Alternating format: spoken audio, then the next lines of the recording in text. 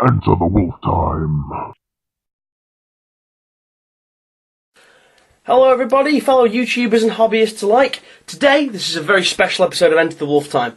Not only is it my 20th episode, but I'm unveiling something that not many people have seen. Mainly the people in Games Workshop that I go and game with. Now, this is probably one of my best conversions to date, and I've had it on the back burner for a while, and I've just finished painting it. Hence, we have this blue cloth over it, so you can't see it just yet. However, I shall now reveal it for you. Ha! Here he is. This is my... Well, I don't really know what I'm going to use him for. I'm either going to use him as a Wolf Lord with Mark of the Wulfen, a Lone Wolf with Mark of the Wulfen, Thunderbolt, a substitute as Thunderwolf Cavalry model, something along those lines. But this guy is a true beast. I've been working on him for a long time. There's a lot of green stuff work that's has been involved with this guy. He originally was the Doom Ball model. Now, for people that don't know what the Doom Ball model looks like, it looks like this. This bitch Now, gon' kill the conversion on this one is actually not as hard as you might think. The overall body and the arm and the axe is the Doom Ball. The only major bit of work that I had to do on it was to resculpt the feet. Because as you saw in the picture just then, the Doom Ball has hooves. So what I had to do, I had to cut the feet off at the ankle and then completely resculpt the feet. I think I've done an alright job of them. Not the best attempt, really. I'm bearing in mind it was the first time me trying to sculpt feet. What I had to do, I used a blob of green stuff as the heel here, then rolled out some sausage shapes, stuck them on, let them dry. Then I put more green stuff over the top of him and sculpted fur onto them. Now, after I sculpted the fur, I got some little teardrop shapes, little thin teardrop shape bits of green stuff, put them on so the pointy end was down here, and that made the claws. Other notable bits what I had to do, I had to clip off the horns on this, because this used to be horned. That was for my finger. Bah, bits of basing material. Before you say my basing material is not kitty litter. But no, so I had to clip the horns off this and file it down as best I could. So then I just painted over the top in a nice bronzy gold colour.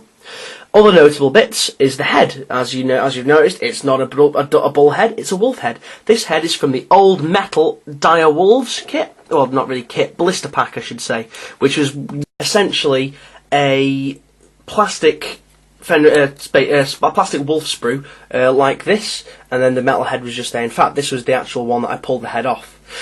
Other notable things, we got some green stuff sculpting here and here, basically just to tie in with the feet, because otherwise it looks like he was wearing furry slippers, and we didn't want that.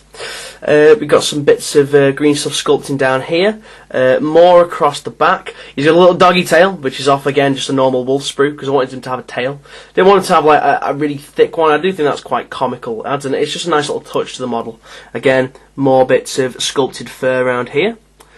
What I did, I put a shield on his shoulder because he had like a funny, kind of tribalish shoulder pad there.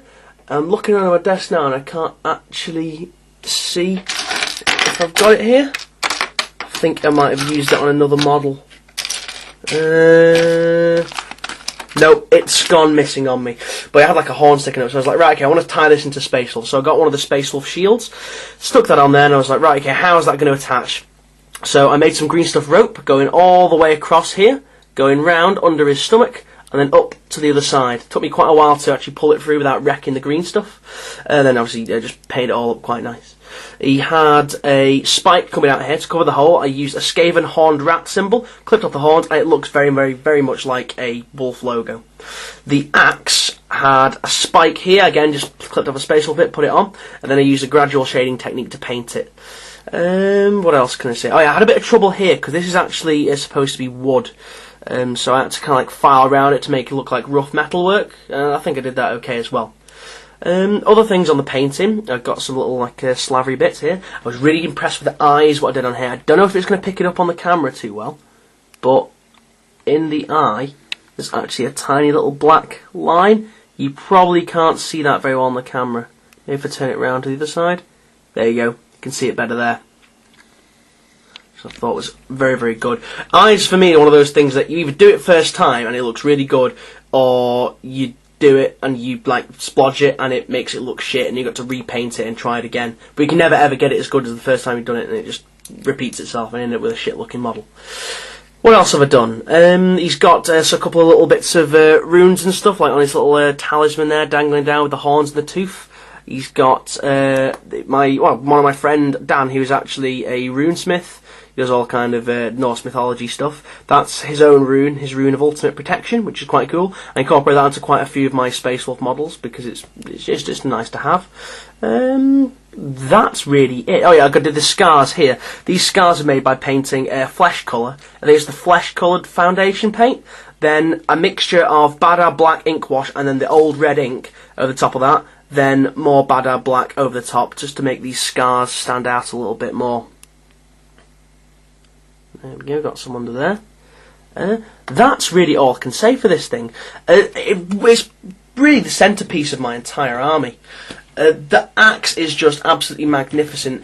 When I first saw the Doomball model, when it first came out, I was like, oh my god, I have to have that axe. It's absolutely fantastic. So, as soon as I finished work, I ragged it in my car down to the local games workshop, picked it up, and then took it home and started converting it up straight away. The model itself, when it's on its bare bones, when it's just its bare metals, there's actually quite a lot of filling you need to do because some of the paint, some of the places don't fit quite right. There's this bit here. This scar is actually a mould line from green stuff, but I think I painted it up quite a lot like it's just a scar. There's a joint here and then all around here. That had to be filled once glued, and it was a bit of a pain because the model kept popping open.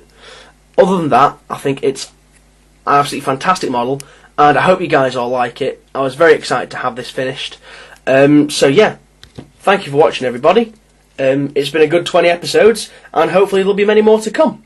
Okay guys, thank you very much, and good night.